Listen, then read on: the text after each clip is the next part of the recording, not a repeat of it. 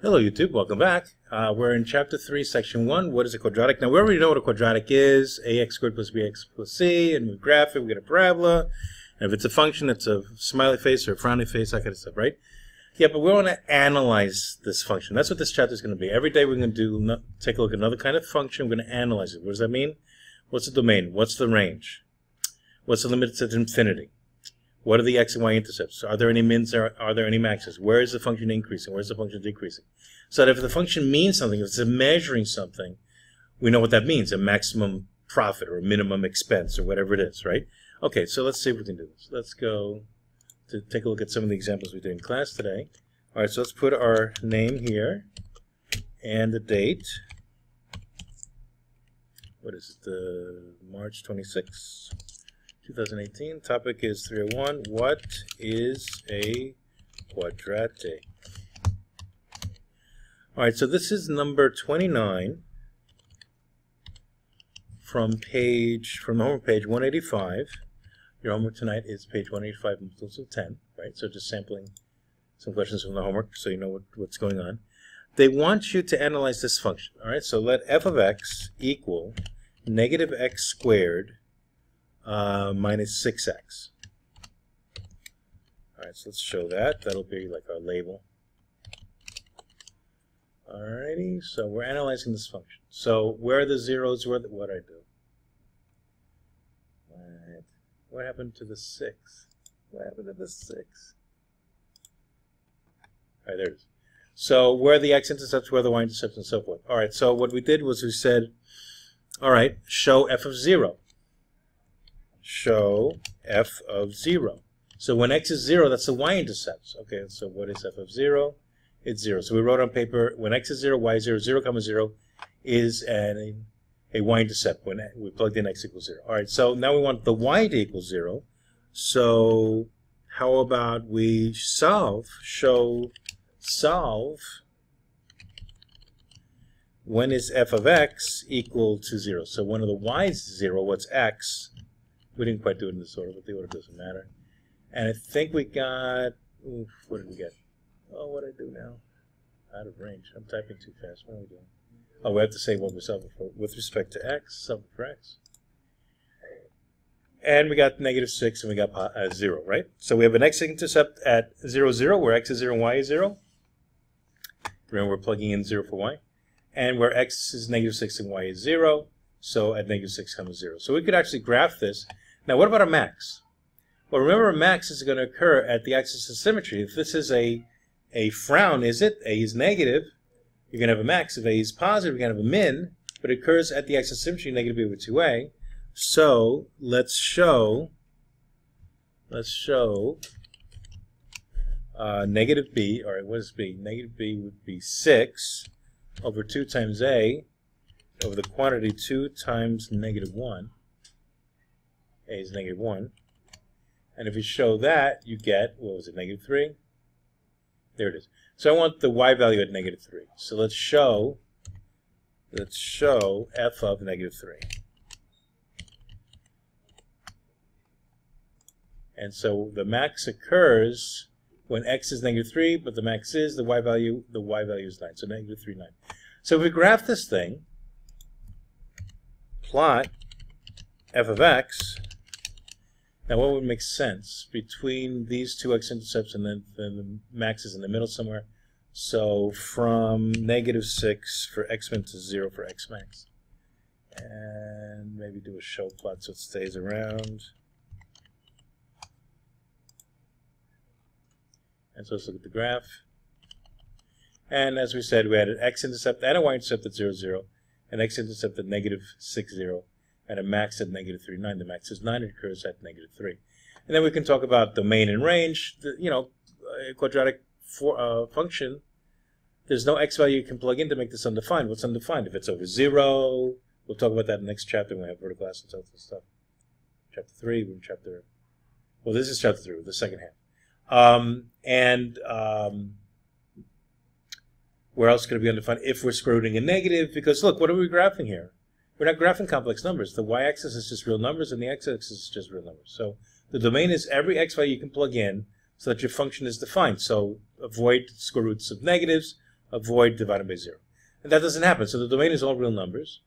And what's the range? Well, the range is everything less than 9. Y is less than or equal to 9, right? 9 is allowed.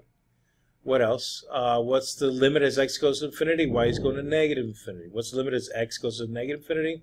Y is going to negative infinity. All right, so we can analyze what this curve is doing, what this function is doing, right? Okay, so let's take a look at this. Now, all right, so let me separate this a little bit more. How about a little of this? Just separating my output a little bit. Okay, so what else did we do? We did number 61. It was a word problem on page 185. Okay, and this problem, we wanted to model the area of a fenced-in field. This field is rectangular, so to get the area, you need the base and the width and the height, or the base and the height, the width and the length, right? They said if you let x equal the width, and you have 400 yards of fencing, what's the area function? All right. So we're going to say let a of x equal the width, which was x, times, now think about it, if both two sides opposite the width, they're both congruent. So we're using up 2x of the 400. So 400 minus 2x is how much fencing we have left for the length, the top and the bottom of the rectangle. So 400 minus 2x divided by 2 is 200 minus x. So 200 minus x, right? Okay, so let's show that.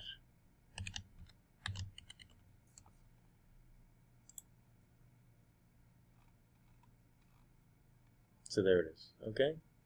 All right, that's it. And if you want to like expand it, see what it looks like, we could show expand.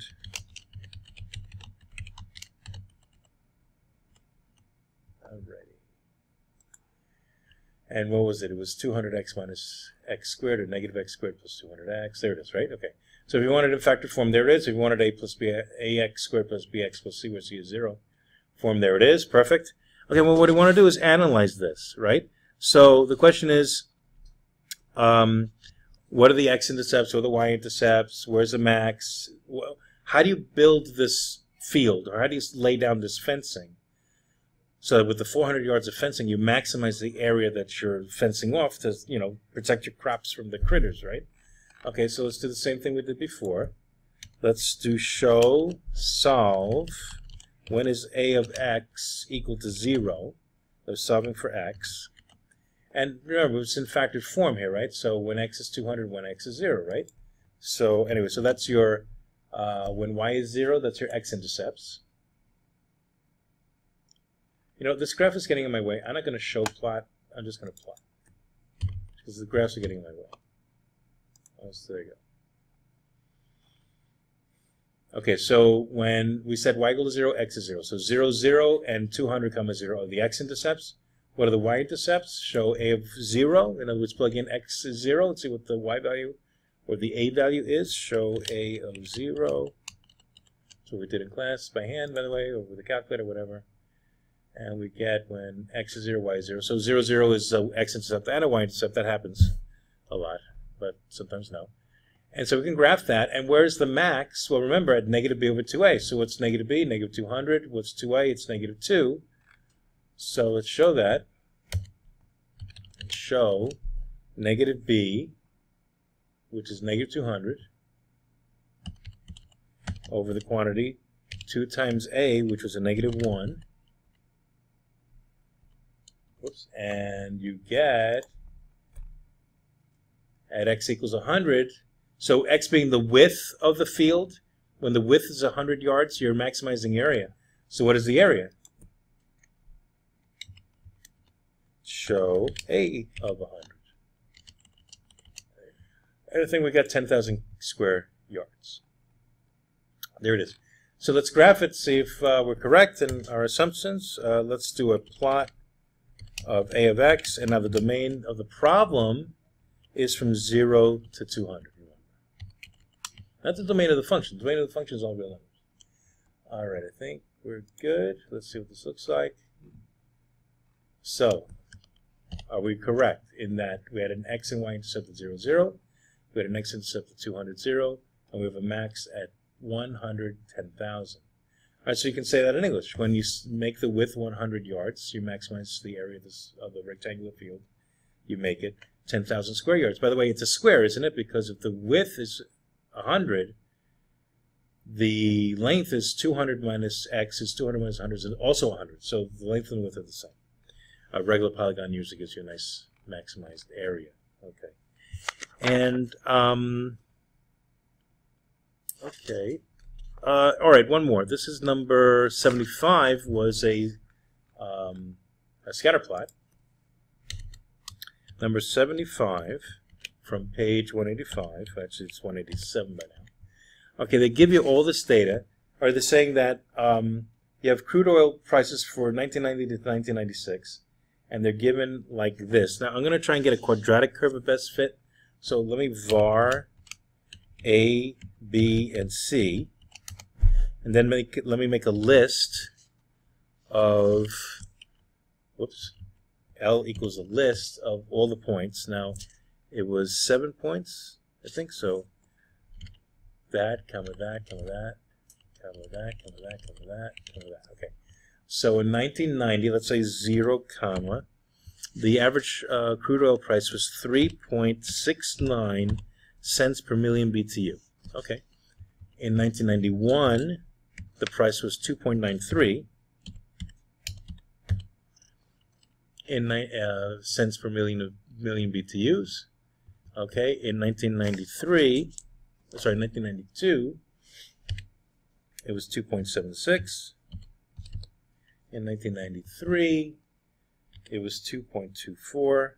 No, 2.4. Sorry.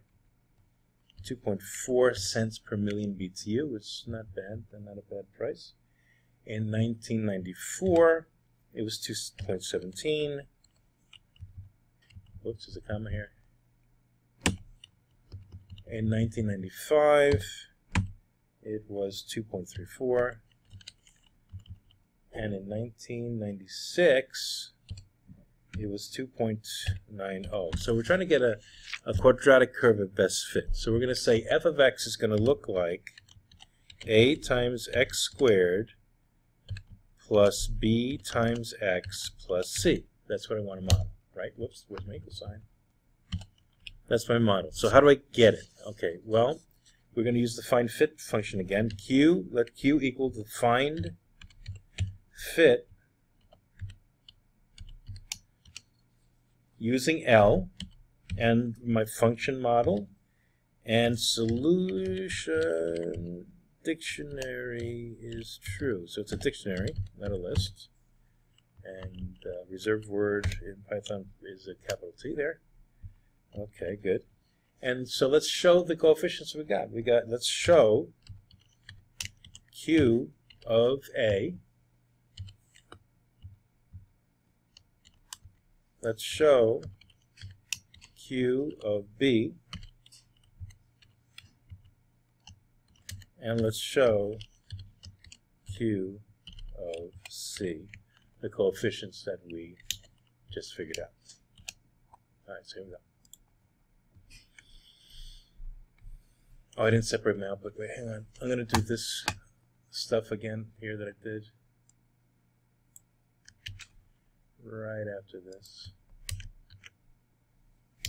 And I separated it a little bit here so I can see the input too. All right, so there you go. All right, so A is 1.102-ish, B is negative 0.759-ish, and C is 3.695-ish. If you want to write off 3 places, write it down on paper, whatever, right? And let's show what f of x looks like then, what we're going to graph. Okay, so let's show how we're going to show this. Where am I? F of x such that A is Q of A, B is Q of B, and C is Q of C. Q of C. All right, so is that going to show me my function? Let's see what we get. What did I do? forgot the C. So that's going to take Q of C, which is a 3 point whatever, and plug it into here and write it that way, right? So it's going to take the Q of B and plug it in there, and that's it. That's our model. Okay. Now I want this when. Now here's the question: can you extrapolate the data, which was from 1990 to 1996, into 1997? All right. So all you got to do is take this function and plug in x equals 7.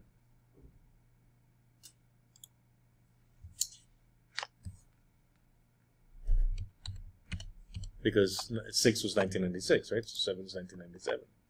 So we're going to extrapolate or predict that in the future, in 1997, the average crude oil price is 3.37. I'm only going for 3 sig figs here because that's all they gave us in the data. 3.37 cents per million BTUs. Okay, that's good. Let's see here. And then they want when do you have the minimum price? When do you have the minimum price?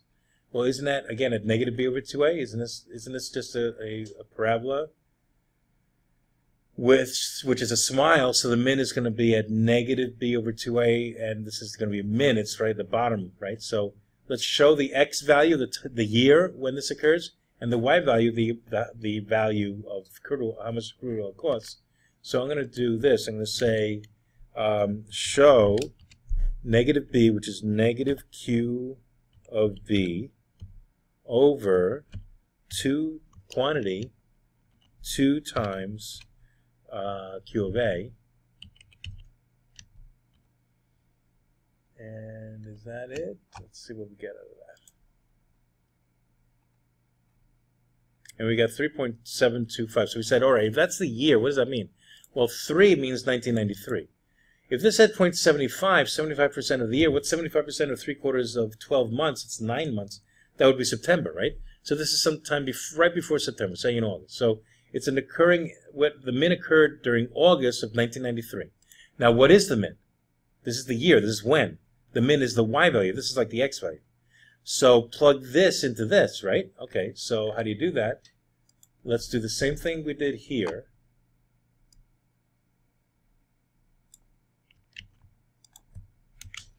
But the x value we're plugging in is this, not 7. So highlight that, Control C to copy it, put it here instead of the 7, Control V to paste it, and let's see what we get.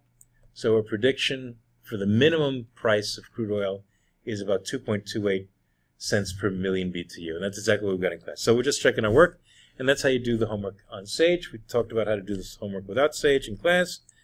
So that's it. We covered all bases. I hope that helps. Have a nice day. Bye-bye, YouTube. See you later, alligator.